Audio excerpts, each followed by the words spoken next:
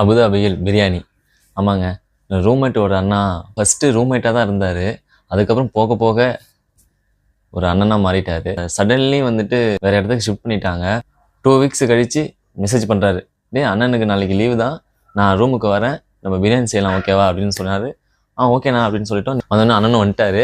அவர் வந்ததுக்கப்புறம் அவர்கிட்ட கொஞ்சம் நேரம் உட்காந்து எல்லோரும் அவர்கிட்ட கொஞ்சம் மனசு விட்டு பேசி, ஏன்னா எவ்வளோ மிஸ் பண்ணோங்கிறத அவர்கிட்ட கொஞ்சம் சொல்லி கொஞ்சம் நேரம் அவர் கூட உட்காந்து அப்படி போய்கிட்டு இருந்துச்சு. அண்ணா வாங்க சமைக்கலாம் வா. நாங்களாம் உடனே கிச்சனுக்கு போயிட்டு அதுக்கான திங்ஸ்லாம் எடுத்து ரெடி பண்ணி ரைஸ்லாம் எடுத்து ரெடி பண்ணி இப்போ கிச்சனில் அப்படியே ப்ராப்பராக நிற்கிறோம். டக்குன்னு கேட்டார், புதினா கொத்தமல்லி கருவேப்பிள்ளை இதெல்லாம் இருக்கா அப்படின்னு. இருக்கண்ணா பார்த்துட்டே இருக்கும்போது ஐயோ இல்லையே அண்ணா மறந்துட்டேண்ணே என்ன சரி அது தேவைடா, முக்கியமாக தேவைடான்னு சொன்னா வாங்கி வந்துடுறேன்னு சொல்லிட்டு போயிட்டு பக்கத்தில் வாங்கிட்டு வந்துட்டு கொடுத்தாச்சு. என்ன பவுடரு, என்ன மசாலா, என்ன அதுக்கு பேர் என்ன, ஒன்றுமே எனக்கும் சூர்யாவுக்கும் தெரியல. அவர் கேட்குறாரு, நீங்கள் வாழ்க்கையில் கிச்சனுக்கு போயிருக்கீங்களா, இல்லை சமையலாவது வேடிக்கை பார்த்துருக்கீங்களா அப்படின்லாம் கேட்டார். இல்லைண்ணே இது அப்புறம் அண்ணனாவே பயங்கரமாக ஒன்று பண்ணி பிரியாணி முடிஞ்சிருச்சு. பிரியாணி அங்கேருந்து எடுத்துகிட்டு வந்து வச்சு அதை ஓப்பன் பண்ணி பாயில் பண்ண எக்கெல்லாம் அது மேலே அப்படியே லைனாக வச்சு அதை அப்படியே ஒரு ஷாட் எடுத்து அதுக்கு ஒரு பேக்ரவுண்ட் மியூசிக்கை போட்டோம் பாருங்க.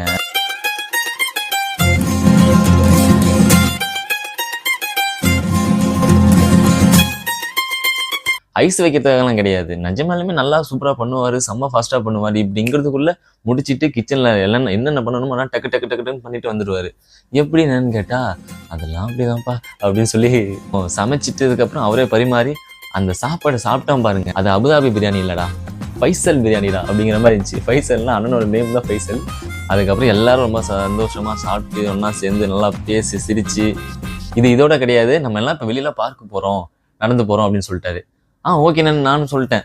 சூர்யா ஒரு பிளான் போட்டான், அண்ணா இவ்வளோ சாப்பிட்டேனே என்னால் நடக்க முடியல, நீங்கள் போயிட்டு வாங்க நான் படுத்துட்றேன் அப்படின்னா. நீ என்ன ட்ரை பண்ணாலும் நடக்காது, நீ வந்து தான். வெளியில் கிளம்பியாச்சு. கிளம்பிட்டு அந்த பார்க்குக்கு நடந்து போயிட்டு இருக்கும்போது 6-7 இயர்ஸ் இங்கே தான் இருக்கார், ஃபாரின்ல தான் இருந்தார் அப்படிங்கிறது அவருடைய லைஃப்லாம் கொஞ்சம் ஷேர் பண்ணிட்டு இருந்தார் அந்த நடக்கும் போகும்போது. ஸோ அதை கேட்கும்போது நல்லாவும் இருந்துச்சு.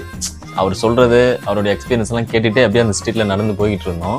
நடந்து போனதுக்கப்புறம் பார்க்கும் வந்துடுச்சு. நாங்கள் பண்ண அட்டகாசம்லாம் இருக்குது, அதை நான் சொல்லலை, நீங்களே பாருங்கள்.